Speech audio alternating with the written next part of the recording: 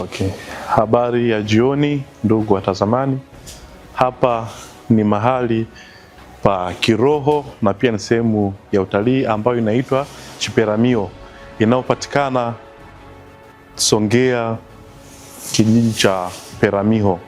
Hapa ni mahali ambapo Askofu Cassian Spisi mwaka 1898 mwezi Julai tarehe 31, Padre Cassian Spisi alifanya misa ya kwanza mahali hapa, ambayo wamisionari walivyotoka huko Ujerumani mpaka kuja huko pande za kusini walifanya misa kwa mara ya kwanza hapa.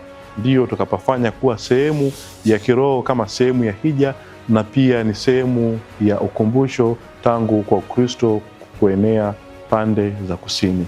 Hivyo basi hapa ni kama sehemu ya madhabahuni na sehemu ya kufanyia misa. Hapa mbele wanakaa makuhani labda na watu wengine wanaweza kukaa huko.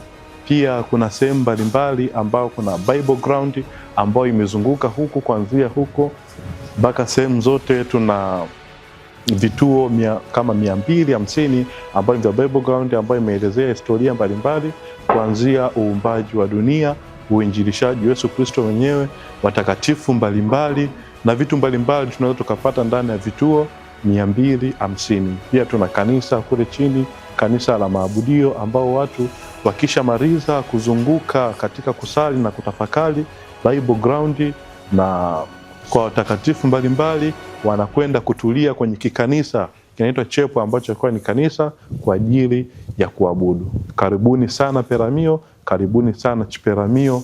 Asanteni sana ndugu watazamaji.